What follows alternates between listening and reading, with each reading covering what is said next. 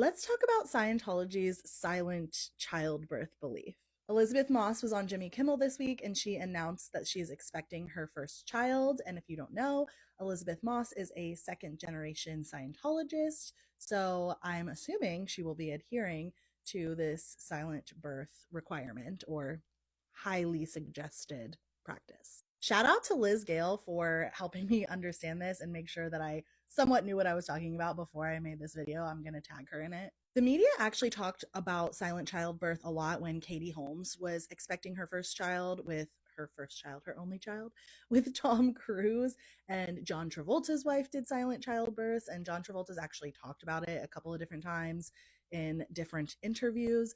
But basically, Scientologists believe that whenever you go through a painful experience, the words that you say during that painful experience can attach to you in what they call are engrams.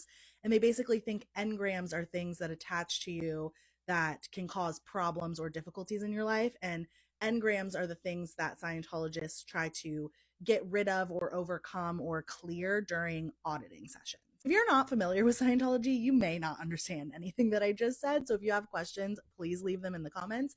But because you get engrams during painful experiences, L. Ron Hubbard said that because childbirth is a really painful experience for the child and the mother, which obviously, and I assume that being pushed out of a coochie would be a very painful experience, that the mother and everyone in the room has to be silent and not say any words. And the mother is encouraged not to be like wailing in pain.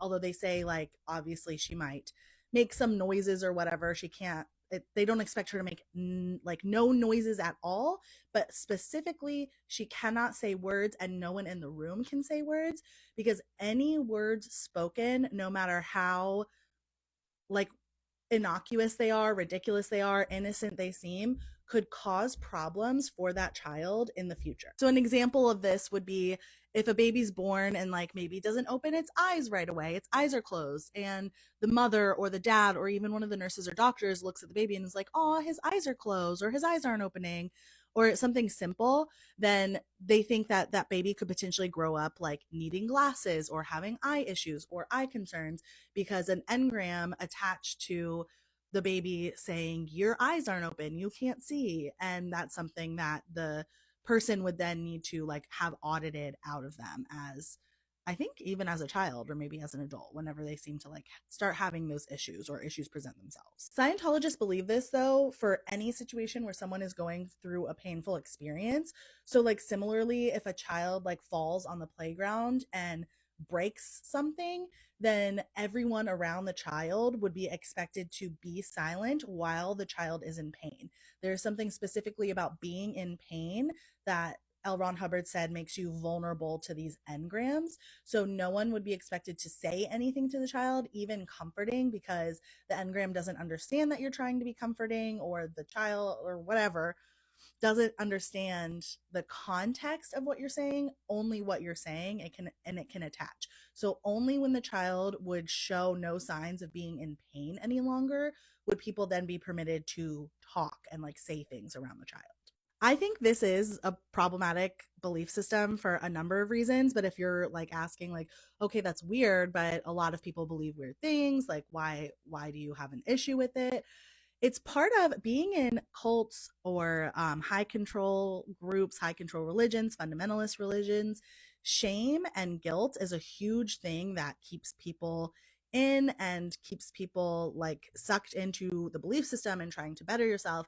And imagine like you live your life believing that because you made a comment when your child was born, your child now has a like physical illness or developmental issue, and that is like entirely your fault as the child's mother or parent. And when obviously like an engram does not cause a child to need glasses, right? Like there are scientific reasons for that and like real factors involved, but it keeps a mother feeling really guilty. And I think one, that can keep a mother very disconnected from her child, but also it's just part of the shame indoctrination and the constant guilt that keeps people sucked into and staying in belief systems and cults. Scientology itself also says that it encourages silent births because a woman should give birth in a calm and relaxing environment, and everyone should be like calm and relaxed and attending to the mother, and it shouldn't have to be this like really traumatic thing. And I think that just goes to show how a lot of cult like belief systems can seem beneficial or not harmful in a lot of ways. And that's part of what keeps people believing. That's part of what sucks people in because, yeah, why wouldn't you want to give birth in a calm and like helpful and supportive environment? Duh. But then there are these kind of more sinister elements to it that can really be harmful to a person.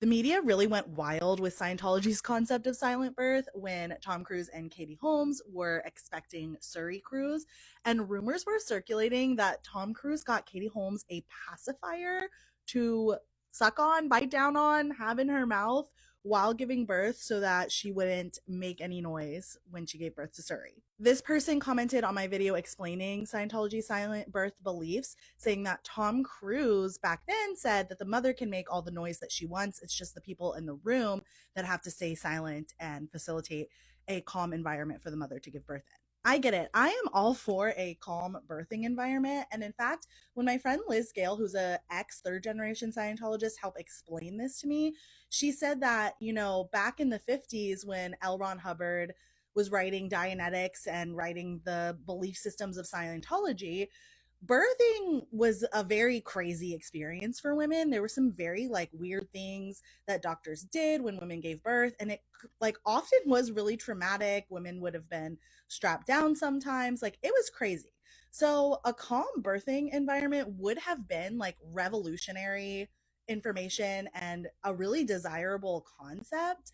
And this is part of what like gets people sucked into cults and different belief systems because not every single thing that they promote and that they believe in is bad. But Scientologists like Tom Cruise and other Scientology celebrities are also taught to lie to the press to make things sound better than they actually are. This is a very acceptable thing to do in Scientology. They're called acceptable lies or acceptable truths. I don't know why I can never remember that. All of my ex Scientology friends, you can always correct in the comments. But this is what Tom Cruise was quoted saying in ABC News. I think he talked about this on the Today Show. I found this in an ABC News article. But he said that it's just about everyone around the mother remaining calm and not making noise. The mother is the one going through it. She can make as much noise as she needs to. And he also talked about how Scientology believes in natural births. And he was like, the mother does what the mother needs to do. Scientologists don't have to give birth naturally. It's just whatever the mother prefers. And it's true that the Scientology belief systems don't specifically prohibit the mother from making any noise at all. If she needs to grunt or groan or things like that, that's fine. When I asked Liz Gale about screaming, she said that's like a little bit more of a gray area. It would be frowned upon to be like screaming in agony or like screaming like very passionately when the baby is coming out because you don't want the baby to come out in a really intense environment. But specifically, the mother and everyone in the room are not allowed to say words when the baby is being born.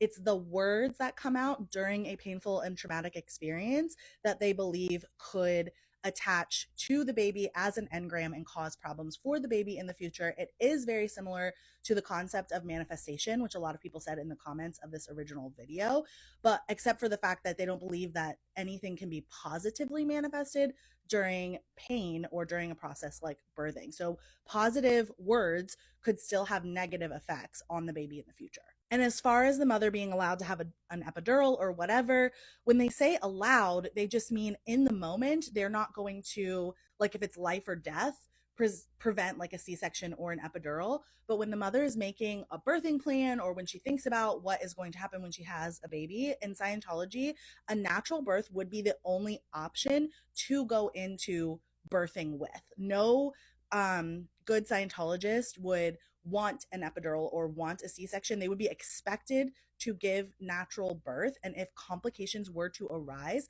I'm guessing that would be something that would be audited. Again, I'm not exactly sure, but it would be frowned upon and you would be questioned as to what you pulled in and why what you did caused problems or caused you to need an epidural or need a C-section.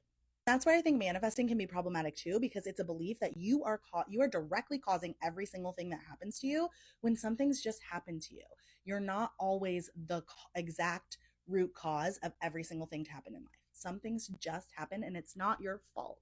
And you don't have to live with the shame and the guilt of problems in your life occurring as if you caused every single problem.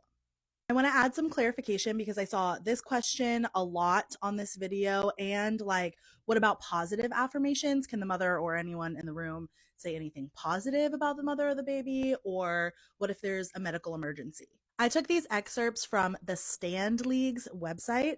The Stand League is a Scientology front group, and they claim to stand against religious bigotry. So if you see the Stand League on Twitter or social media, like arguing with Scientology critics or saying certain people are bad, it's Scientology arguing with people. But they talk about this specifically, that they do not want doctors in the delivery room that say things like push or be loud or laugh or encourage. L. Ron Hubbard says, maintaining silence in the presence of birth to save both the sanity of the mother and the child and safeguard the home to which they will go. And the maintaining of silence does not mean a volley of shh or people stammering or anything like that. The point of silent birth is no words. So L. Ron Hubbard, Scientologists believe that L. Ron Hubbard discovered the hidden source of nightmares, unreasonable fears, upsets, insecurity, and psychosomatic illness, and that is the reactive mind. This part of the mind records all perceptions during times of pain and unconsciousness, which childbirth is for both the mother and child, and words in particular spoken during these moments can have an adverse effect later on. Again, whether those words are positive or negative. And of course, they throw in the disclaimer that, of course, it's up to the mother and the doctor, and, you know, she can make the decisions for herself, and this is purely for PR and perception. And in cases of medical emergencies or like emergency C-sections, I'm sure Scientology officially would say, of course, like, the doctors are allowed to talk if it's medically necessary and it's needed. But what would likely happen is the mother and or the father, whoever was present or in the room at the time, would be blamed for pulling it in. They would likely be audited or questioned afterwards and asked what they did to cause that negative event, which is now going to cause more negative and adverse events for the mother and the child. It always comes back into the shame and the guilt of the individual for why they caused this to happen to themselves or to their child.